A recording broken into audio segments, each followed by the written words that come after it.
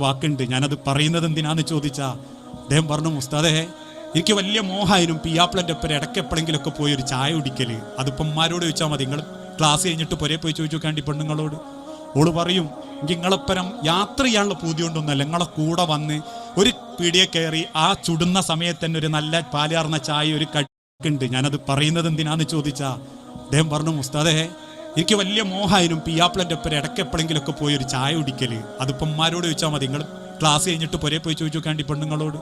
ഓള് പറയും, എനിക്ക് നിങ്ങളൊപ്പരം യാത്ര ചെയ്യാനുള്ള പൂതി കൊണ്ടൊന്നുമല്ല, നിങ്ങളെ കൂടെ വന്ന് ഒരു പീടിയെ കയറി ആ ചുടുന്ന സമയത്ത് തന്നെ ഒരു നല്ല പാലാർന്ന ചായ ഒരു കടിയും ചൂട് കടിയും ഒക്കെ തിന്നാനുള്ള പൂതി. അത് വേറെന്ത് തിന്നാൻ കൊടുക്കുന്നതിനേക്കാളിലും സന്തോഷമായിരിക്കും. പാപ്പൻ്റെ പരം പോയി കഴിച്ച് പരിചയിച്ചൊരു ഉമ്മ അവസാനം മോനോട് പറയാ, ഇനി പുറത്തു പോകുമ്പോൾ ഒന്ന് ഉമ്മാനെയും കൂട്ടിക്കൊണ്ടോണേന്ന്. അതൊക്കെ ജീവിച്ചിരിക്കും പറയണോ? എന്തുണ്ട്? അഭിനയിക്കാനല്ലോ, അഭിനയിക്കണ്ട, ഉള്ളത് നഷ്ടപ്പെടുത്തണ്ട. ജീവിതത്തിൽ എന്തുണ്ട് ഏറ്റവും മനോഹരമായിട്ട്? മറ്റുള്ളവർ നമ്മളെ എത്ര കളിയാക്കിയാലും കുറ്റപ്പെടുത്തിയാലും നമ്മളെ മനസ്സറിഞ്ഞ് സ്നേഹിക്കുന്ന ഒരു ചുറ്റുപാടിലേക്ക് അവരെ സഹായിക്കാൻ, അവരുടെ സുഹൃത്തുക്കളെ പോലും ആദരിക്കാനാണ് ഇസ്ലാം പറയുന്നത്.